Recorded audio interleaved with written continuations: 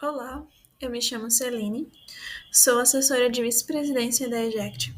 Irei abordar um pouquinho sobre o mapeamento BPMN. Esse mapeamento, como o próprio nome diz, ele é como se fosse um fluxograma visual, só que voltado para a área de negócios.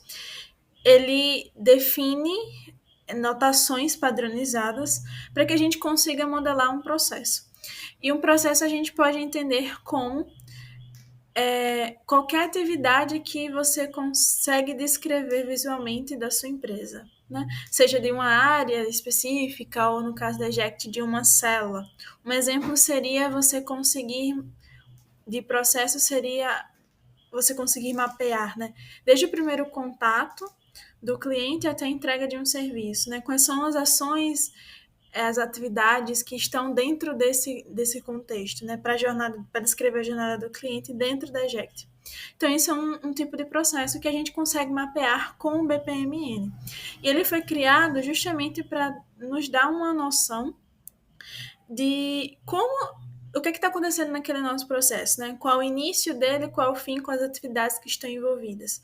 Com isso, você consegue identificar como é o seu fluxo, como é o fluxo dele, e também possíveis gargalos, possíveis problemas, e também até mesmo otimizar. Esse esse tipo de notação padronizada, ele ajuda também até mesmo que você consiga explicar para outras pessoas que não é da sua área, que não é um colega seu que está trabalhando contigo, o que aquele processo faz. Então, ajuda também a outras pessoas a entenderem. Então, por isso que o BPMN ele é tão importante para voltar na área dos negócios, né? Ele te ajuda a modelar os processos de uma maneira visual que todos entendam.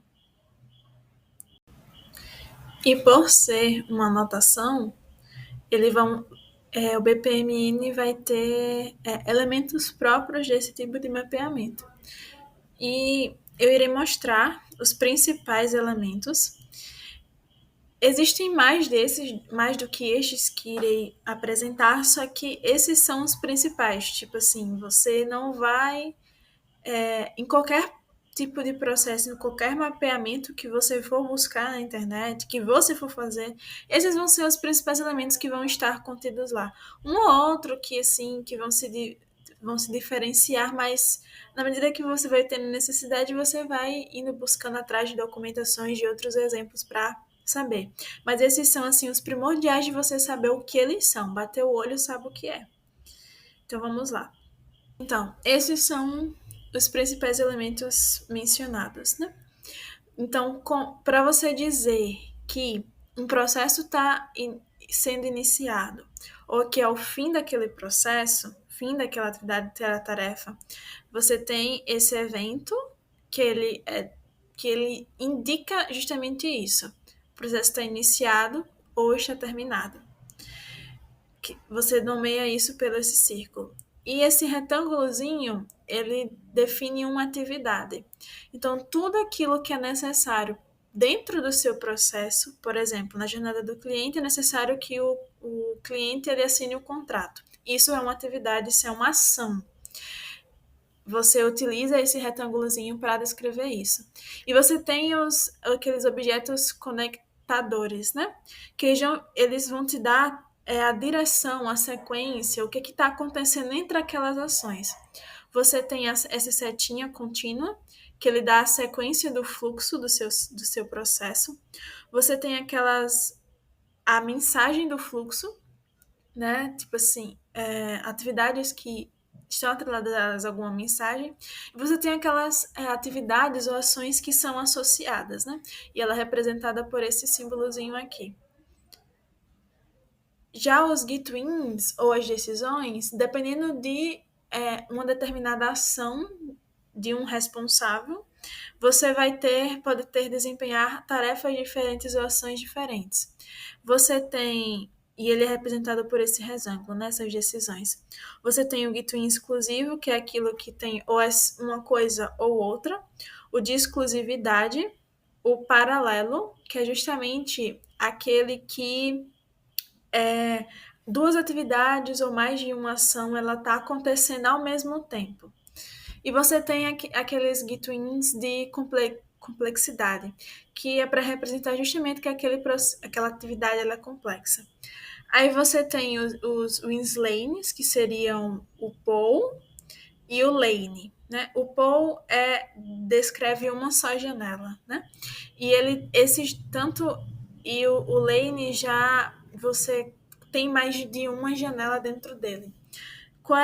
Eles são responsáveis por dizer quem são aquelas pessoas chaves que vão desempenhar aquelas atividades. Então, você vai precisar descrever quais são as ações do seu processo e você precisa dizer quem é que vai desempenhar aquela ação. Você faz isso com o Lane e com o Paul. E para, assim, dar mais incremento, para dar mais detalhes, para ensinar algumas observações a alguma atividade, você pode utilizar os artefatos, né? Por exemplo, você pode dizer que naquela atividade de assinar o contrato que o cliente precisa assinar, vai ser enviado um documento no Papfy para ele assinar. E você pode usar esse símbolozinho aqui, data. Você tem o grupo, que é para dizer se existem mais pessoas inclusivas, quem que está inclusivo ali, naquilo ali, ou outro, e o que está envolvido a mais naquilo. E você pode ter as anotações, né, que são lembretes adicionais daquela atividade. Chave. Então, esses são alguns os elementos principais que juntos eles constituem um mapeamento. Isso seria um exemplo de um mapeamento BPMI, né? Claro que ele está bem genérico aqui. Por exemplo, você tem um evento aqui e um evento aqui, né? Indicando o início e o fim do seu processo. Então, você tem o início do processo, um conector, né? De fluxo para dizer desempenhar uma tarefa e depois dessa tarefa você vai ter uma decisão.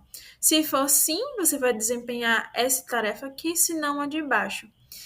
Então, basicamente seria desse jeito, né? Mas para ficar melhor, né, de visualizar, de entender como cada um desses elementos eles funcionam, vamos dar um exemplo bem simples, na verdade, que ajuda a entender isso melhor.